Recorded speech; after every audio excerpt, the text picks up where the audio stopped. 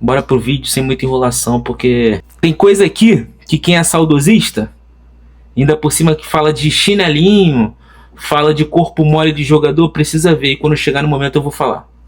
Usava pavor em qualquer adversário. O Hexa parecia próximo. A seleção estava tão confiante que antes de começar, a festa já acontecia. Mas se no papel essa constelação era perfeita, quando o elenco foi colocado à prova, tudo foi diferente. A pressão de um histórico absurdo existia. Campeão em 94, finalista em 98 e conquistou o título em 2002. Não podia fazer feio em 2006. Porém, o quadrado mágico assistiu do gramado um cara destruir e bailar em... O quadrado mágico era Ronaldo, Adriano Imperador, Kaká e Ronaldinho Gaúcho. Pra quem não sabe o que é o quadrado mágico, tá? Cima da maior camisa do mundo. E se na última a equipe chegava sem expectativa depois de um ciclo conturbado, essa partida do Zidane aí contra o Brasil, da eliminação de 2006, ou talvez podemos substituir por... Foi uma das maiores partidas. Essa partida do Zidane em 2006 na eliminação do Brasil foi uma das maiores partidas individuais que eu vi de um jogador na minha vida. Fator que acabou com o maior elenco da história. Nesse vídeo eu vou te contar a trajetória do Brasil na Copa 2006. Depois do título incontestável do Penta em 2002, a era Felipão teve vida curta. Disputou alguns amistosos e recebeu um convite para assumir a seleção de Portugal. A CBF resolveu chamar Carlos Alberto Parreira, com muita experiência com a seleção e com Copas do Mundo. Foi treinador do Kuwait na Copa de 82, dos Emirados Árabes em 90 e da Arábia Saudita em 98. E o mais importante, tetracampeão mundial em 94. Um time numa Conhecia a Copa e a seleção como poucos. Para fechar a comissão, o velho Lobo Zagallo foi escolhido como auxiliar técnico. E em 2002, o ciclo foi marcado por mudanças no comando, polêmicas na convocação, incerteza por conta de lesões. Dessa vez, tudo ocorreu com muito mais tranquilidade. Se na última Copa a classificação veio apenas na última rodada das eliminatórias, agora o Brasil dominou de ponta a ponta. Apenas 2 derrotas e um ataque ultra efetivo. 35 gols marcados em 18 jogos. E Ronaldo liderando a artilharia da competição com 10 gols feitos. Os outros testes também serviram para empolgar ainda mais e mostrar o potencial desse super time. A Copa América de 2004 foi jogada com uma equipe alternativa. Em consenso com os craques, o treinador Parreira aceitou o pedido de descanso de Kaká, Roberto Carlos, Ronaldinho e Ronaldo. Mas se tu acha que por conta disso fomos com um time ruim, não, tá muito enganado. Essa geração era tão... É isso que eu queria falar. Começar a idade já daqui. Pedido de descanso dos craques porque ganharam o Penta em 2002. Não vou opinar. Eu não vou opinar. Mas eu quero que você opine. Eu quero que você deixe um comentário sobre isso. O que você acha? Eles terem vencido o Penta, Roberto Carlos, Ronaldo e Ronaldinho. O Kaká tava lá, mas tava no banco. Ter vencido o Penta. É válido ter um pedido de descanso? É válido. E se você tiver alguma informação além disso, do motivo desse pedido de descanso, traz aqui. Deixa aqui a tua opinião. O que você acha? Eles terem vencido o pentacampeonato credencia eles a chegar numa Copa América e falar assim, eu quero descansar, eu não quero jogar? Acham certo isso? Tipo assim, por exemplo, digamos que 2022 o Brasil tivesse conquistado o Hexa. Tivesse acontecido, o Brasil conquistou o Hexa. Aí viesse a Copa América aí agora. Né? Eu não vou opinar. Eu quero só saber a opinião de vocês sobre isso. Vamos lá.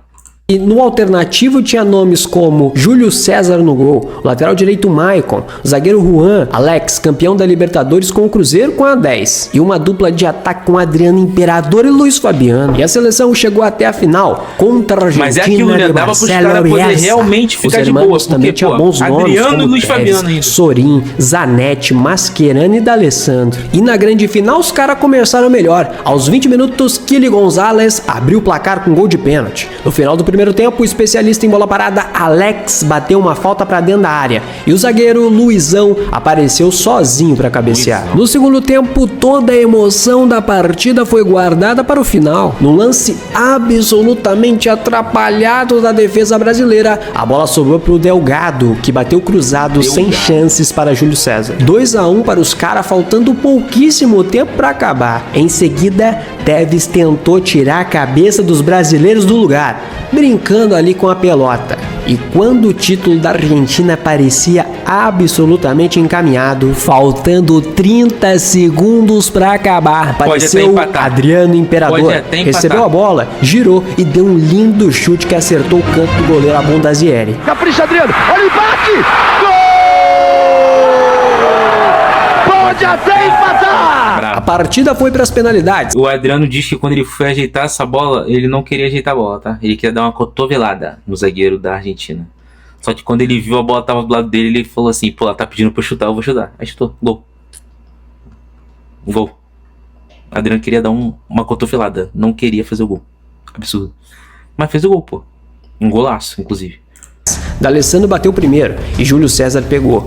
Juan foi responsável por bater o pênalti decisivo do Brasil, que garantiu o título da Copa América 2004.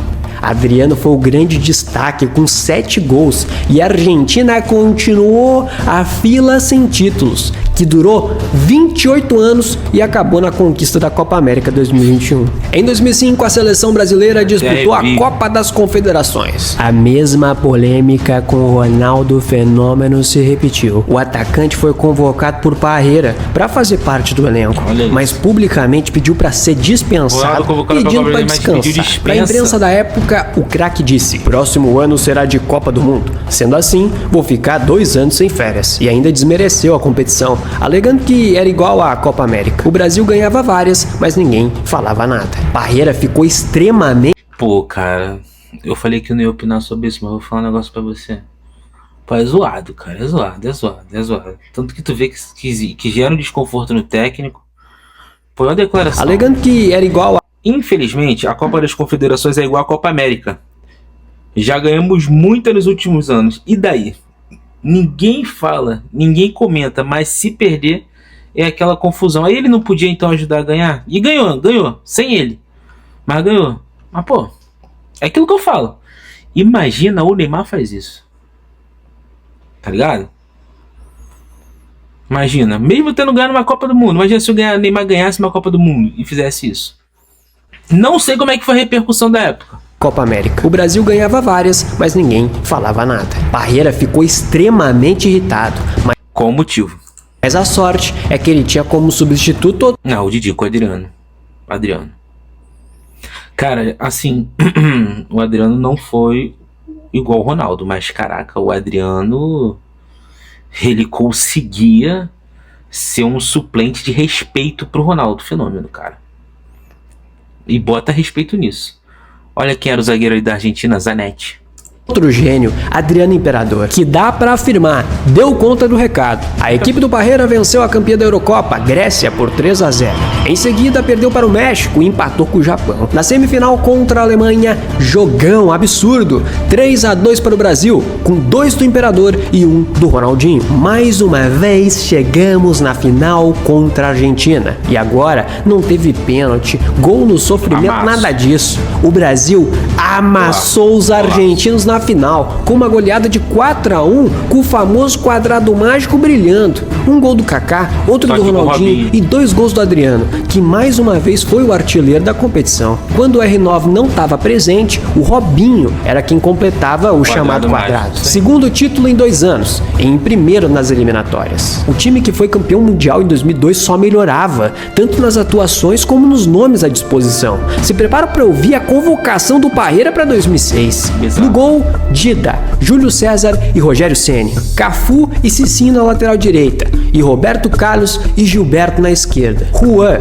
Cris, Lúcio e Luizão de opções na zaga. No meio-campo, Emerson, Mineiro, Gilberto Silva, Juninho Pernambucano, Zé Roberto, Kaká. O Arsenal era absurdo dessa época, tá, galera? Absurdo. Ricardinho e ele, Ronaldinho Gaúcho. E no ataque... Ronaldinho Gaúcho vinha de 2 anos como melhor do mundo, 2004 e 2005. 2004 e 2005, né? Isso, acho que era isso. Ronaldo Fenômeno, Adriano Imperador, Fred e Robinho. Com esses nomes, obviamente, Fred, o Brasil chegava França, como grande favorito. É impossível pedir que o torcedor brasileiro não ficasse empolgado depois de conquistar tantos títulos e ver um elenco ainda melhor do que o da Copa passada em campo. Dito isso, o que esse elenco tinha de talento faltava em compromisso. Mas já eu te conto. Bora falar do primeiro jogo. O sorteio da fase de grupos colocou a seleção junto com a Croácia, Austrália e Japão. O primeiro adversário era a Croácia e o Brasil criou chances de todas as formas possíveis, principalmente nos chutes de fora da área com Roberto Carlos e do Ronaldinho, que pararam no goleiro. E foi numa dessas jogadas que saiu o primeiro gol brasileiro. Kaká recebeu do Cafu e com uma calma absurda bateu de esquerda no ângulo do goleiro croata. Golaço do nível que esse time merecia. Do Brasil! O golaço do Kaká de perna esquerda. O quadrado mágico finalmente mostrava seu poderio em mundiais. Kaká, Ronaldinho, Ronaldo e Adriano, nenhuma. Mas assim, o Brasil, essa época aí, o Brasil, beleza, passou essa questão aí de a gente ter sido eliminado em 2006. Mas tu assistiu um jogo do Brasil sabendo que o Brasil ia ganhar, mano. Eu tenho uma lembrança de um Brasil e Argentina, do Kaká tirando o Messi pra nada, arrancando lá do campo de defesa e levando a bola quase pra dentro do gol, pô. Tu via um jogo do Brasil só por ver, lógico, pô, o Brasil jogando, mas tu sabia que o Brasil ia ganhar. Depois do ciclo de 2006, o Brasil convocou, o Dunga assumiu a seleção brasileira e convocou um tal de Afonso pro ataque. O Brasil ganhava com Afonso no ataque. Copa América, esquece, 2007, pá, Brasil meteu, ganhou a Copa América. 2007, pá, ganhou a Copa América. Então, tu viu o jogo do Brasil sabendo que o Brasil ia ganhar. A seleção tinha nada parecido. Mesmo com pedido de dispensa nas últimas competições, a hierarquia do Fenômeno falou mais alto e Parreira colocou o R9 de titular. Dito isso, jogar contra a Croácia já era extremamente chato desde esses tempos. A seleção brasileira criava menos e o goleiro Dida começou a ser obrigado a fazer boas defesas. Nessa época, tal qual 2002, é impressionante o quanto o Brasil chutava de fora da área. Os caras não tinham medo de arriscar. Em seguida, Ronaldinho teve essa oportunidade de cabeça, mas o goleiro croata fez uma boa defesa. E a Croácia continuou empilhando chances, até que Adriano perdeu a oportunidade de marcar o segundo, em um cruzamento que deixou ele pronto para finalizar de primeira. A bola acabou indo para fora. Linda homenagem pro nosso canal. Tamo junto, Didico. Fim de partida, 1-0 de bom tamanho pro Brasil. Destaque para o Ronaldinho, que fez um excelente jogo. Lembrando, nesse momento o Gaúcho havia acabado de ser o melhor do mundo 2 vezes, 2004 e 2005. No segundo confronto foi contra a Austrália, time com bem menos qualidade do que os croatas. 2-0, porém, os caras eram ruinzinho, mas tinha raça. O Mano Menezes ia adorar ter uns 2 zagueiros australianos no elenco. Inclusive, esse lance resumiu bem a Austrália. Que fez o Steriovski. O australiano parou a jogada, achou que estava impedido, mas ninguém tinha marcado nada. O primeiro tempo acabou zerado, mas no segundo, a habilidade brasileira superou a garra australiana. Ronaldo achou Adriano, que achou o gol. O Brasil marcou o primeiro com direito a muita comemoração em homenagem ao filho do jogador. É homenagem ao Adrianinho. Filho do jogador que nasceu na sexta-feira. Meu irmão, a Austrália teve chance perigosa, hein? Se os caras tivessem mais um pouquinho de qualidade, tinha empatado. Enquanto a estratégia brasileira era clara. Trabalha ela e pô. Você entendeu? Trabalha e pô. Olha essa defesa do Dida, meu irmão. Os caras realmente chegaram perto do empate. Parreira troca Ronaldo e Adriano por Robinho e Fred. E dessa dupla sai o segundo gol, em um momento onde a equipe brasileira não estava bem no jogo. O camisa 23 de amarelo acertou a trave. O rebote cai para os pés de Dom Fredon, que faz o 2-0 com o gol aberto. Kaká ainda perdeu esse gol no final. Vitória brasileira em um jogo que tudo deu certo. Com 6 pontos. Galera, essa época aí o Ronaldo era chamado de fofômeno. E eu não tô falando de época de Corinthians, não. Quando ele volta da Europa pra cá, não. Ele já era chamado de fofômeno. Papo reto. A galera gastava o Ronaldo já falando que ele tava gordinho. classificação mais do que garantida. O clima de oba-oba que tinha tomado conta antes continuou na Copa. A ideia do já ganhou passava pela cabeça de alguns jogadores que tinham a certeza de que nem precisava entrar em campo para levantar a taça. Bora falar um pouco de como foi a preparação antes da competição. A Copa foi disputada na Alemanha, mas o Brasil optou por fazer os treinos antes do início na pequena cidade suíça de Weggis, com apenas 4.000 habitantes. Depois do fantástico Viva Suíça, apresento com vocês Viva Weggis. Um lugar extremamente pacato na beira dos Alpes suíços, mas que com a presença da seleção se transformou no lugar mais caótico da Europa naquele momento. A CBF fechou diversos contratos de patrocínio com exposição da marca. Por causa disso, nos treinos acontecia de tudo.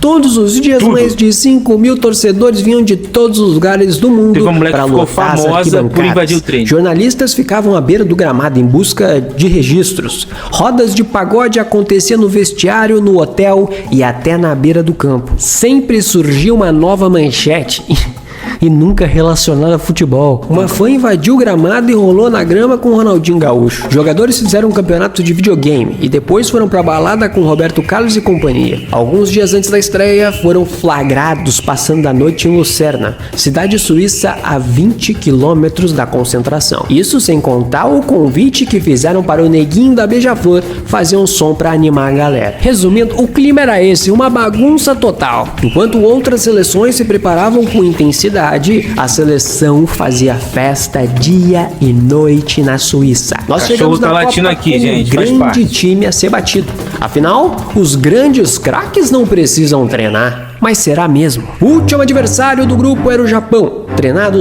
simplesmente pelo Zico. 4-1 esse jogo. 4-1. Sim, e para esse jogo o Parreira colocou alguns reservas em campo para dar uma descansada nos titulares pro mata-mata.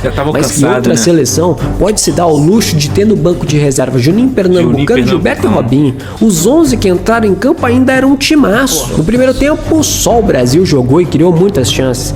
Amassou os japoneses, coitado. Kawaguchi, o goleiro japonês, fez várias belas defesas. O cara fechou o gol, meus amigos. Foi realmente impressionante. Mas aos 34 minutos ninguém viu Tamada invadindo a defesa brasileira, que acertou o ângulo de Dida sem chance nenhuma. Que era uma informação desnecessária, mas que é maneira. Esse jogador havia jogado no Mirassol em 99. A partir daí os japoneses não aguentaram a pressão. No final do primeiro tempo, Cicinho cabeceou para dentro da pequena área e encontrou Ronaldo, que também de cabeça balançou a rede. Aí no segundo tempo, honestamente, deu pena do Japão. Olha essa tabelinha entre os dois brabos, fenômeno bruxo. É impossível olhar para isso na época e não achar que o Brasil seria campeão com o pé nas costas. Até que aos 53, Juninho Pernambucano resolveu chutar do meio da rua e com a ajuda do goleirão, que estava fazendo a melhor partida da vida, garantiu a virada brasileira. O terceiro gol também veio de um reserva que começou a partida. O lateral Gilberto acelerou e bateu cruzado para aumentar o placar. Nos últimos minutos, Ronaldo tabelou e bateu de fora da área para marcar mais um golaço. Não tem mais ninguém na frente dele. Apenas ao lado dele, Gerd Müller, uma lenda do futebol alemão. Seu 14º gol em Copas do Mundo, empatando com o alemão Gerd Müller como o maior artilheiro da história dos mundiais. E ainda tinha tempo para superar. Campanha perfeita e classificação para as oitavas. 9 pontos, 7 gols marcados e apenas um sofrido. Mesmo assim, tirando a partida contra os japoneses em que o time encaixou e apresentou o melhor futebol, dava para sentir que essa seleção tinha algumas dificuldades. Período de treinamento que virou festa cobrou em vários momentos, especialmente na defesa, onde deixava com facilidade os adversários, mesmo os mais fracos, criarem. Dida trabalhou mais do que deveria e a seleção só não tomou mais gols por incompetência dos outros. E que o Dida preparo físico dos centroavantes também era uma preocupação. Em entrevista alguns anos depois, o Parreira afirmou que aqueles jogadores estavam bem longe da forma ideal. Ronaldo veio de... Ainda bem que ele falou que não trabalhamos, né? Não falou não trabalharam, porque, pô, Parreira, lógico que era impossível não convocar os caras, mas, pô, irmão, tinha que bater com o teu na mesa, entendeu? Tu foi tetra, paizão, tu foi tetra. Primeira Copa desse cara aí, se ele tem duas, é porque uma você levou ele. Ele não jogou? Não jogou. Mas tu levou ele. Tá ligado? Tinha que ter batido com a parada na mesa. Falar assim, olha só. Adriano, Ronaldo, vocês são indispensáveis. Não tem como eu não convocar vocês. Eu não sou nem maluco de fazer isso, de não convocar. Mas, pô, como diz o Rocha, Tropa de Elite, me ajuda a te ajudar. Não tem que fazer rir pra você poder rir? Lógico que não tinha como você não fazer o Ronaldo rir, né? Tinha que ele vale pra Copa do Mundo. O Adriano tinha que ir pra Copa do Mundo. Era um dos atacantes roubados da época, absurdos. Só que, pô, mano, desculpa. Tu chegar na Copa gorda é sacanagem. Foi aquela parada que eu falei aqui antes. Que eu falei que não ia opinar, mas não tem nem como não opinar. Esse aí pediu pra não jogar uma Copa América e uma Copa das Confederações. Imagina isso hoje. Ganhou o Penta? Ganhou o Penta. Fez os 2 gols na final? Fez os 2 gols na final. Mas é aquilo, irmão. Não é porque eu trabalhei bem ontem e fui talvez o melhor do dia no meu emprego. Salvei o meu emprego da falência. Tô dando exemplo, tá? Dando exemplo de qualquer trabalho. Não é porque você, qualquer pessoa, salvou o trabalho da falência que no dia seguinte tu não vai trabalhar. Entendeu? Não é porque tu foi um salvador que tu acabou por ali. Por isso que o Bernardinho fala: aos campeões, como é que é mesmo? O desconforto. O Ronaldo, se ele jogasse até a idade que o Messi está jogando, o Ronaldo jogaria, eu acho que até a Copa de 2014. 2014, é. 14 ou 18, é por aí. Pra vocês terem noção. Entendeu? Complicado. 2 meses sem jogar. Adriano, fora de forma. Ronaldo é tão fenômeno que mesmo assim foi o nosso artilheiro. Ronaldinho veio de título da Champions com pouco tempo de descanso. Não trabalhamos como deveríamos. Olha o tamanho mas do Ronaldo, a última impressão é que fica, pelo menos o jogo contra os japoneses tinha dado um pouco mais de esperança de que esse time estava melhorando ao longo da competição. Nas oitavas de final, o Brasil entrou em campo como grande favorito contra a seleção de Gana. E o chaveamento da Copa do Mundo 2006 estava bonito, hein? Praticamente todos os favoritos nos grupos se classificaram. A verdade é essa: todas as seleções grandes estavam no mata-mata. De um lado, Alemanha, Argentina e Itália. Enquanto do lado brasileiro estava a Inglaterra e 2 grandes confrontos: Portugal contra a Holanda e Espanha versus a França. Mas antes de te contar como foi as oitavas, se você tá curtindo o vídeo, deixa seu like, se inscreve aí no nosso canal. Gol perdido para mais histórias perdidas como essa. Sabe dizer? Meu nome é Neto e eu também quero agradecer os números e o carinho que estamos recebendo nos últimos conteúdos postados. Muito maneiro, principalmente dessa série que estamos fazendo sobre o Brasil nas Copas. Tá dando para perceber que vocês estão curtindo. Valeu mesmo. Obrigado, tamo junto. O time titular voltou completinho, com a mesma formação dos primeiros jogos. Estava tudo muito bem desenhado. Dida no gol, Cafu na direita, Lúcio e Juan na zaga, Roberto Carlos na lateral esquerda. Abrindo o meio campo, Emerson e Zé Roberto. E aí o quadrado mágico, começando com o Kaká e o Ronaldinho, enquanto Ronaldo e Adriano estavam na frente. Cara, só uma pausa. Chegava a ser esculacho, meu. Que time absurdo de bom. É inacreditável termos perdido. Só com 5 minutos de jogo, o Kaká pifou o Ronaldo na cara do gol, que pedalou, driblou o goleiro e empurrou pra dentro para marcar seu 15º gol em Copa do Mundo e se tornar o maior artilheiro da história. Do Brasil! Recordista absoluto de gols. Ele era bravo. Mais um recorde quebrado pela seleção brasileira de futebol, que só foi quebrado na Copa de 2014, em uma situação que é melhor nem lembrar. E que golaço, né? O R9 era acostumado a fazer isso.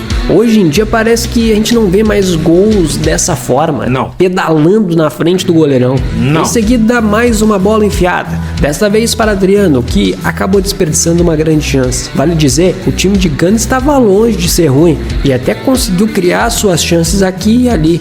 Inclusive, no total da partida, os ganeses finalizaram 22 vezes, enquanto os brasileiros 11. Rapaz, olha essa oportunidade que os caras perderam quando o jogo ainda estava 1-0. Mas o Brasil também chegou com Ronaldinho e Lúcio. O jogo tava lá e cá. Aos 34 minutos, mais uma boa chance para Gana. Nessa hora aí, o coração brasileiro já tava na boca. Até que aos 41, o Dida faz uma defesaça. Como disse Galvão, um milagre. Em uma boa cabeçada, o goleiro defendeu com o pé direito. Fazia isso direto. Muito lá atrás, ficamos com os 3 pelo meio. Tem que ajudar o Ronaldinho, Kaká no meio pro fundo. No finalzinho do primeiro tempo, o famoso ditado prevaleceu: quem não faz, leva. Kaká partiu, tocou para Cafu, que levantou a cabeça e cruzou para Adriano. Impedido. O Didico empurrou para o gol e fez o 2-0. Pô, e posso falar baixinho? Em um futebol com VAR de atualmente, o Brasil iria para o segundo tempo com apenas 1-0, porque provavelmente seria assinalado o impedimento nesse gol. Aos 68, mais uma grande chance e outra baita defesa do Dida. Final da partida, Zé Roberto recebeu livre para ficar cara a cara com Kinson. O meio-campista encobriu o goleirão e marcou com gol aberto. Excelente passe do Ricardinho. Detalhe, o Zé acabou junto com o Dida sendo eleito um dos melhores da partida. Jogou fino. Aos 87, o Ronaldo ainda teve essa oportunidade para aumentar seu recorde em Copas, mas Kinson defendeu. Fim de papo, 3-0 e a seleção brasileira estava nas quartas da Copa do Mundo de 2006. O resultado talvez enganou um pouco. O Brasil mereceu a classificação, sim, mas a Gana foi valente e teve várias oportunidades. Lembrando, 4 anos depois, na Copa 2010, essa seleção africana foi até as quartas de final, perdendo só para o Uruguai naquelas fatídicas penalidades. Meus amigos, agora é hora do filho chorar e a mãe não ver. O próximo adversário era simplesmente a França. A seleção que em 1998 nos humilhou na final da Copa. 3-0, um baile, show de Zidane. E também o craque do Brasil, Ronaldo, não tinha boas lembranças quando o assunto era enfrentar os franceses. Mas desta vez era diferente. O R9 estava 100%. Os brasileiros estavam muito confiantes, jogadores, torcedor, imprensa. 100%? E claro, o jogo não seria em solo francês como foi em 98. 100%. Inclusive, os franceses fizeram uma fase de grupos pouquíssimo inspirada. Ficaram em segundos em um grupo com Suíça, Coreia do... O Zidane não tinha condições de jogar essa partida. Escuta o que eu tô falando pra vocês.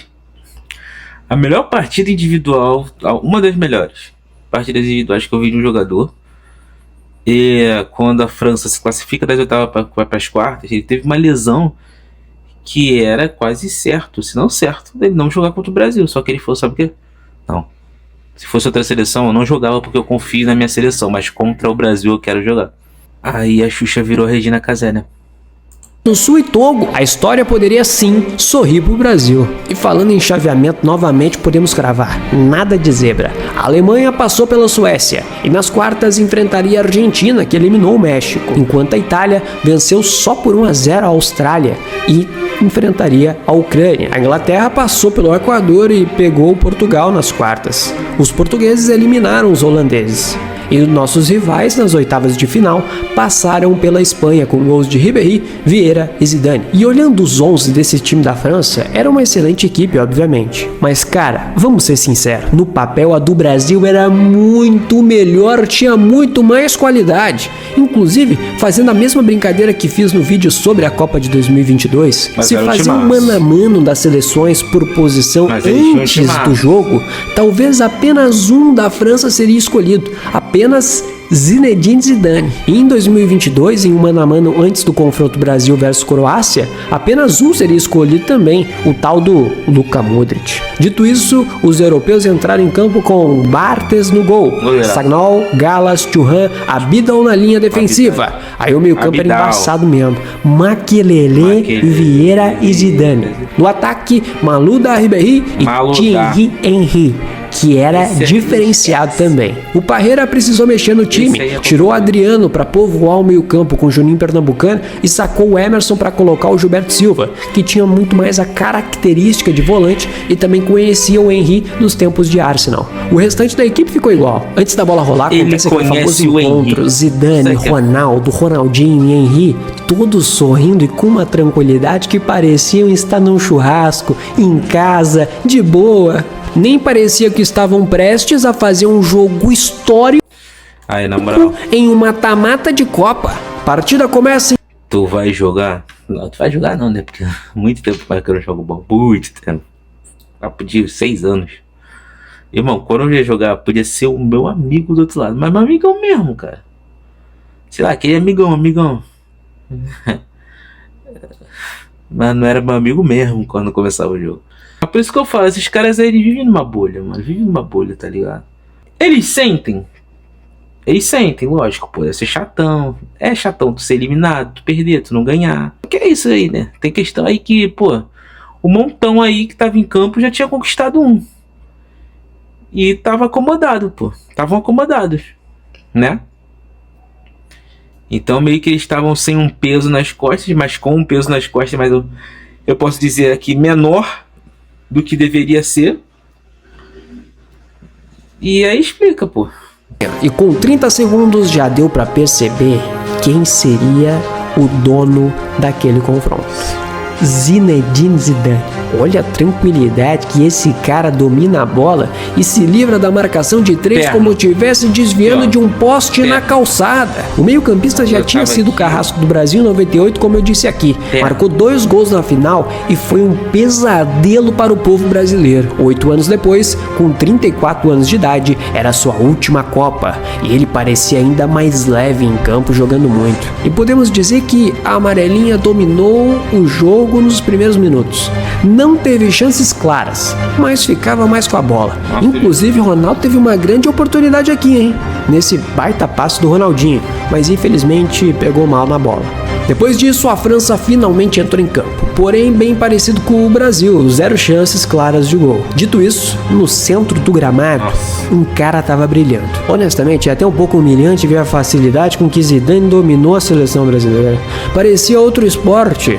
Olha o que ele fez na frente do Cafu, um dos melhores laterais da história e capitão da seleção. E depois ainda deu um chapéu no Ronaldo. Também deixou os 2 brasileiros no chão como se estivesse jogando uma pelada com os parça. Simplesmente não tinha o que fazer. Era ficar parado e assistir ele jogar. Fim de primeiro tempo, apesar do Carequinha estar desfilando, ainda estava 0-0. A situação não estava boa, inclusive Galvão até agradeceu o resultado. E o árbitro, para não ter confusão na vida, aponta o centro de campo, final do primeiro tempo e olha, Copa do Mundo se faz também assim. Este empate é uma vitória enorme para a seleção brasileira no primeiro tempo. Realmente os franceses tinham tomado as rédeas do confronto. Estava controlado e o dono do controle era o camisa 10 francês. Parreira não alterou, não fez substituições para o segundo tempo.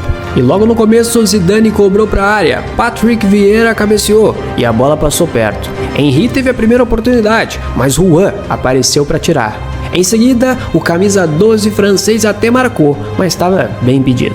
Infelizmente, os sinais já estavam no ar e logicamente o gol tinha que começar dos pés dele. Zidane cobrou uma falta para dentro da área e Thierry Henry, livre nas costas da defesa brasileira, finalizou de primeira. Gol fácil para o artilheiro, até porque não tinha ninguém na marcação. Isso porque tudo indica que quem deveria estar acompanhando ele era Roberto Carlos, que ficou... Que diz que a culpa não é dele. Ele tem o Roberto Carlos tem a pachorra de falar que a culpa não é dele. Cara, seria muito um ato de hombridade absurda do Roberto Carlos aceitar e confessar que era ele que deveria estar marcando o Henry, pô. Caraca, ele ia ficar o quê? Pra puxar o contra-ataque? O Henry corre na direção de que ele realmente deveria estar. Roberto Carlos depois ele se faz de vítima falando que ele foi perseguido, que acabaram com a carreira dele. Tudo uma Copa do Mundo, Roberto Carlos, vai te catar. Eu fico pé da vida, galera. Sabe por quê? Reclamam dos de hoje, mas antigamente, 20 anos atrás já tinha as perninhas, pô. E Roberto Carlos é um dos maiores perninhas, um dos maiores da história do futebol. Tá? Só acrescentando aqui. Mas é mentiroso, pô. Tu falar que não era tu pra marcar o Henry ali, tu tá mentindo, Roberto Carlos. Vai te catar. agachado na entrada da área. A história mais famosa é de que ele estaria arrumando o meião e, distraído, não percebeu que a falta havia sido cobrada. Mas vamos ser sinceros, é vergonhoso, cara. Vergonhoso, velho. Desconcentração total em um jogo tão importante, velho. Por exemplo, congelando esse lance, a gente percebe que a falta foi cobrada e no ataque da bola já tinha 4 franceses contra 3 brasileiros pelo meio. Havia um problema aí, com certeza. Mas o problema maior é que um pouco afastado destes caras tinha um jogador de camisa branca totalmente livre. E esse é um dos maiores artilheiros que a geração viu, Thierry Henry, que não perdoou. Esse lance acabou com boa parte da reputação de Roberto Carlos. O lateral já deu várias entrevistas falando sobre o episódio, sempre evitando dar muitos detalhes. E diz... Um dos que pediu pra não ir pra Copa América. Aí vem Roberto Carlos, hoje o Brasil é eliminado de uma Copa do Mundo aí. Acontece alguma coisa, igual aconteceu agora. O Roberto Carlos fala falta de comprometimento e tudo mais. Ele foi penta, mas dá pra esfregar na cara dele. Pô, e aí, por que tu não marcou o Henry? Por que tu não marcou o Henry? Ah, não era meu. Se numa Copa do Mundo tu vê um cara sozinho, tu pensa, pô, não é meu, não vou? Mas eu vejo gente criticando o Vinícius Júnior aí porque não marcou alguns jogadores da Noruega. Errado ele. Errado. Tá errado também, de não ter corrido atrás dos caras. Só que o Vinícius Júnior faz isso até no Real Madrid. E ele fazia já na época que o Ancelotti era técnico do Real Madrid, porque era pedido do Ancelotti. Tu acha certo, Lucas? Não, tá errado. Tá errado, pô. Ah, o técnico me pediu pra não marcar, pra ficar só aqui na frente, isolado, esperando pro contra-ataque, a bola chegar em mim e puxar o contra-ataque. Se a bola passar perto do teu pé, tu vai esticar o pé, pô. Só que eu tô mostrando pra vocês aqui. Já existia. Ganhou penta? Ganhou penta. Um dos maiores laterais da história do futebol. Um dos maiores laterais da história do futebol. Não tô falando nem brasileiro, tô falando do futebol. Mas, perninha. Perninha pra cacete. Roberto Carlos também era um perninha. Então você que acha que isso só acontece hoje, tá muito iludido. Sempre aconteceu. Dizendo o quanto isso deixou magoado com a imprensa e com os torcedores. Você pegar o uniforme pra vestir antes do jogo, você vai dar uma checada no elástico da meia pra ver se ela não vai descer. Você tá pegando o costume do Galvão Bueno. Não, isso não tem nada a ver. É uma história que inventaram aí. Muito se diz que essa pessoa mencionada era Galvão Bueno, que não tinha uma boa relação com o Roberto. E na época de Copa do Mundo, quando você fez essa pergunta, essa pessoa que eu citei o nome agora há pouco, ele fez minha mãe chorar durante muito tempo. Então essa pessoa não foi profissional. O negócio de meia é tudo ilusão, coisa inventada. A outra é um problema pessoal meu e dele, que ele não vai esquecer nunca mais. Enquanto o lateral argumenta que era uma jogada ensaiada do sistema defensivo brasileiro, deixar alguém não sozinho. Era ele quem deveria marcar. Não era meu. Voltando para o jogo, a França teve outra grande chance em jogada do Ribéry, a bola passa em frente ao gol do Dida. Aos 35 do segundo tempo, o camisa 23, que entrou no lugar do Kaká, teve uma boa chance, mas o chute foi para fora. Em seguida, Ronaldo tentou, mas também não chegou nem perto. No fim da partida, talvez a melhor chance da amarelinha no jogo, R9 driblou 2 e sofreu a falta. Ronaldinho na cobrança aí, a bola até passou perto, mas não entrou. Faltando 3 minutos para acabar, finalmente teve defesa do goleiro francês em chute do centroavante brasileiro. Barthez fez uma defesa comum, mas a primeira. Em cruzamento do Cicinho, Zé esticou a perna, mas foi para fora. Talvez as maiores críticas do povo brasileiro sobre essa competição foram referentes à Parreira, que deixou Robinho e Cicinho no banco. Ambos estavam voando na época. A crítica também foi bastante em cima do planejamento feito com Adriano, que do quadrado mágico foi ele quem menos esteve em campo. A verdade é que o Brasil não teve poder de reação nenhum contra a França e acabou eliminado pelos franceses pela 3ª vez na história das Copas. O meio-campo dos caras engoliu a equipe brasileira. O time do quadrado mágico, dos títulos, dos craques e da preparação com clima de festa caiu. E a queda foi cruel. A partir desse dia, muitos acreditam que a seleção brasileira de futebol nunca mais foi a mesma. Um soco na cara que nunca foi superado até os dias de hoje. E dói ainda mais ao saber que o Zidane poderia nem estar nesse jogo, porque contra a Espanha, o camisa 10 lesionou a coxa e os médicos da seleção francesa disseram que ele não poderia estar em campo nas quartas. Mas Zidane disse para a comissão técnica e para todos os médicos que faria o que fosse possível para jogar contra o Brasil. E fez, filho da mãe, jogou.